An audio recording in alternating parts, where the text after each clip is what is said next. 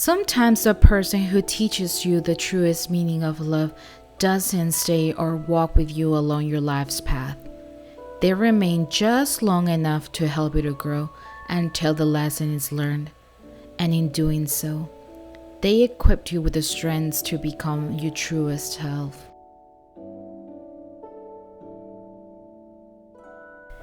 Hey everyone, I hope you're doing well. With Valentine's week upon us, I wanted to share an art project that reflects on love and relationships.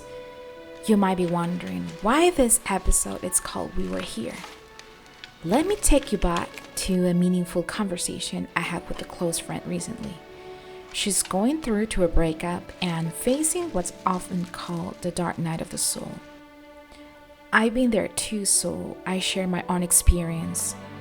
The dark night of the soul is a time of a deep emotional struggle where you question everything, your purpose, your life, even connections to the divine. It's painful, but it's also a process of transformations, much like the phoenix rising from the ashes.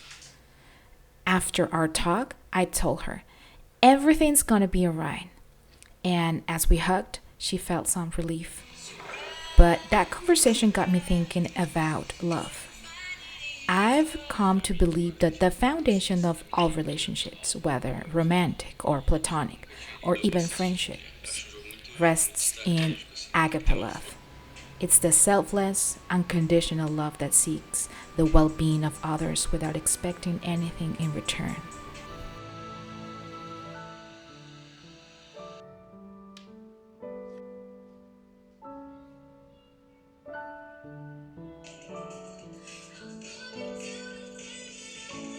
I could write a million songs about the way you say my name.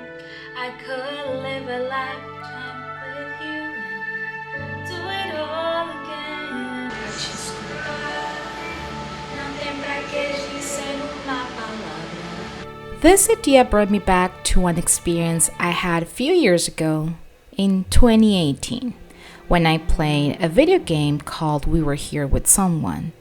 Let's call him P. It's an adventure puzzle game for 2 players where you're trapped in an abandoned castle and separated in different rooms. One player is the explorer, the other the librarian. To escape, you have to communicate solely via walkie-talkie. Neither player can see what the other is experiencing.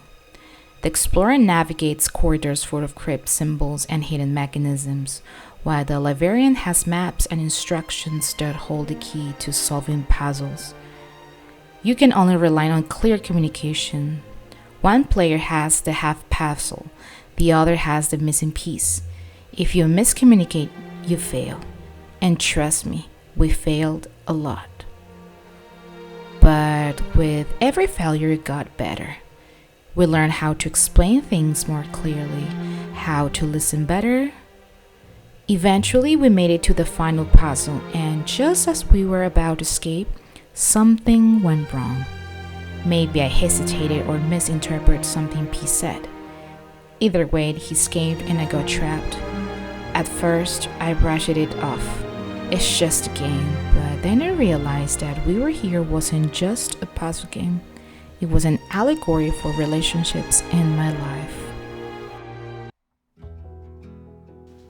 Hi guys, happy Valentine's Day.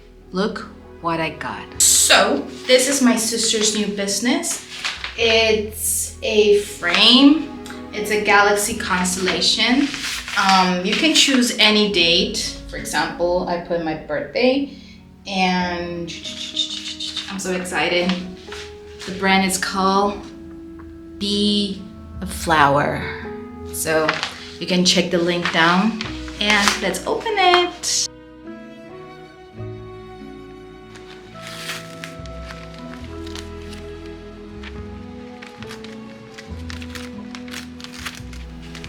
Relationships like We Were Here requires 2 people working together, each holding different pieces of the puzzle. Success relies on communication, teamwork, and the willingness to keep trying after failure. In the game, if one person makes a mistake, the other suffers too. The same thing happens in real life. Miscommunication can unravel a relationship. A single misstep can be the difference between success and failure. What stood out to me is that we were here as a sign for both players to win, but in my game with P, I lost, not because the game wanted me to, but because we failed to communicate. Sometimes one person finishes while the other doesn't, but if we both are committed, they'll find a way to make it work. In the game, you can try, learn from mistakes, and keep trying multiple times until you escape the castle.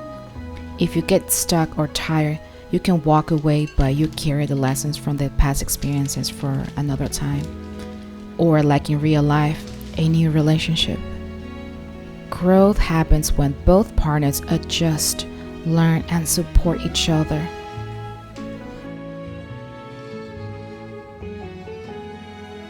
Guys, this is, and I love it. Look at this. Also have my name here, my moon cycle, and a quote that I chose, my date of birth, and I don't know what is this, but if you want to get one, you can check the link down in the box so you can purchase yours. It's getting hot. Well, guys, I'm about to go to my friend's house. We're going to have a reunion for Valentine's Day. Yes, we're all single. And I'm all set. Let's go to my friend's house to celebrate Valentine's Day. Let's go.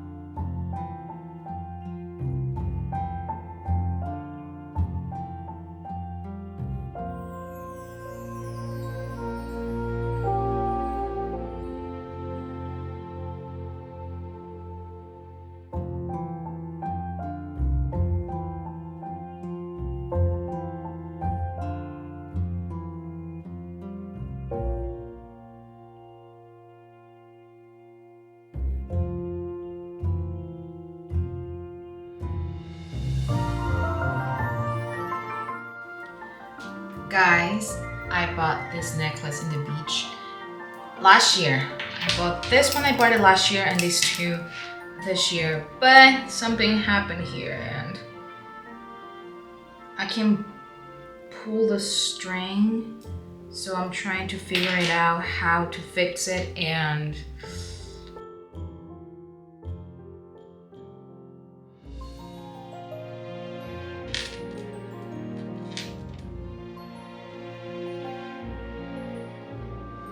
well, after 20 minutes, I fixed it. Yeah. Oh my god. This one took me a while. It was not that easy to... It had like a knot here, but now I can pull it. So I really like this one. It's like the white one. I also have this bracelet. And the other two. That's another one.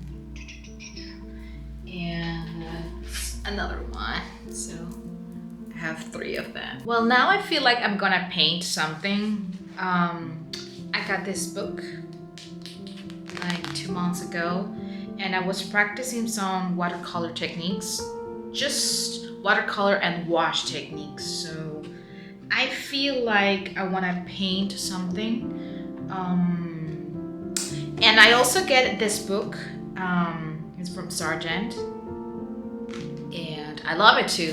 It helps me how to see how are like the watercolor brush strokes, because watercolor, I always find it like difficult, but you know, the practice makes the master, and practicing watercolor is one of the best things that I can do for my artwork mastering.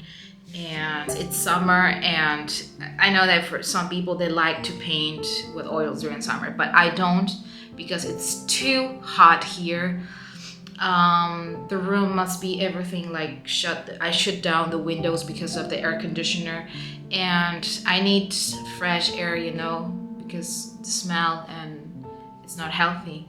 But right now I'm focusing on other things. For example, crocheting. I'm going back crocheting. I'm designing some garments, and also practicing with watercolors and wash. I love wash. I love watercolors. As I said, I'm not that good in watercolors, but I'm practicing, and this book is helping me so much. Well,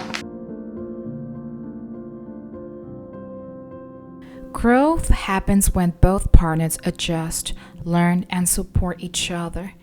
In relationships, it's the same. If both are committed to improving, we can move forward. It's not about avoiding failure, but about learning and communicating through every step.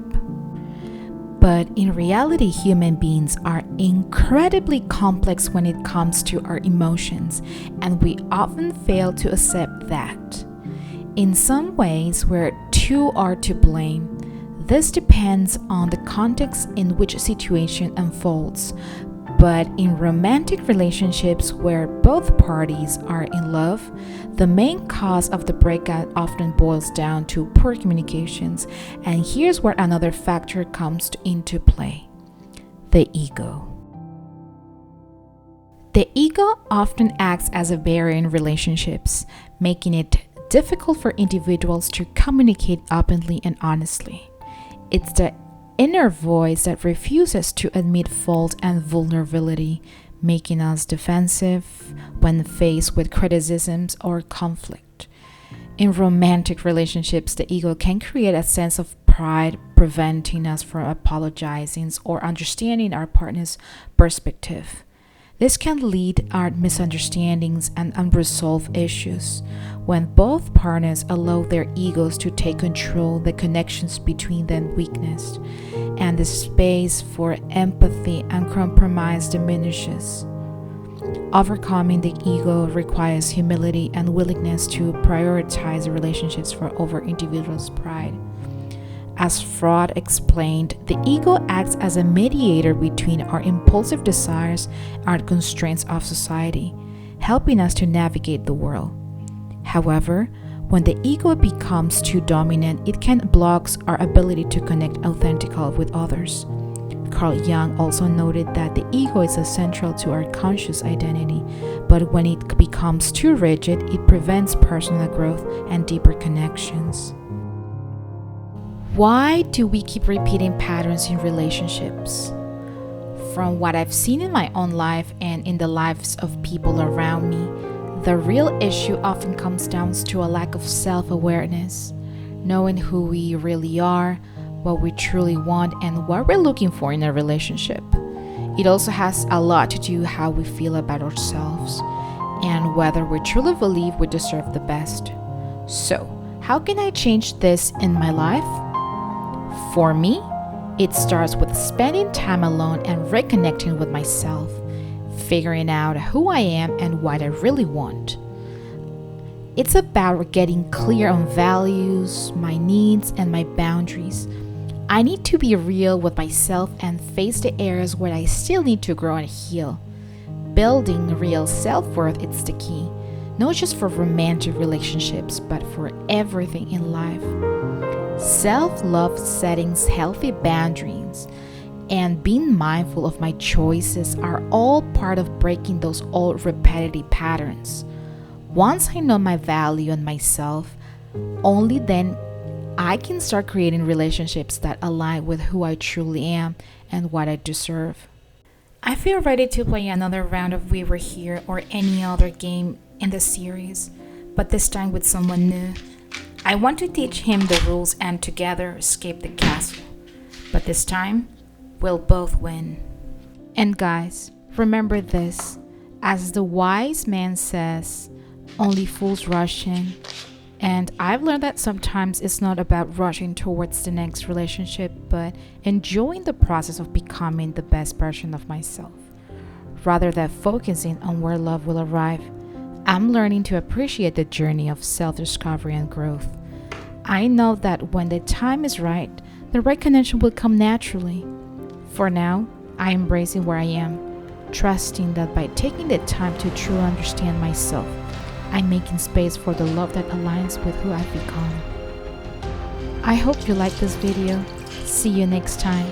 Bye. Mwah.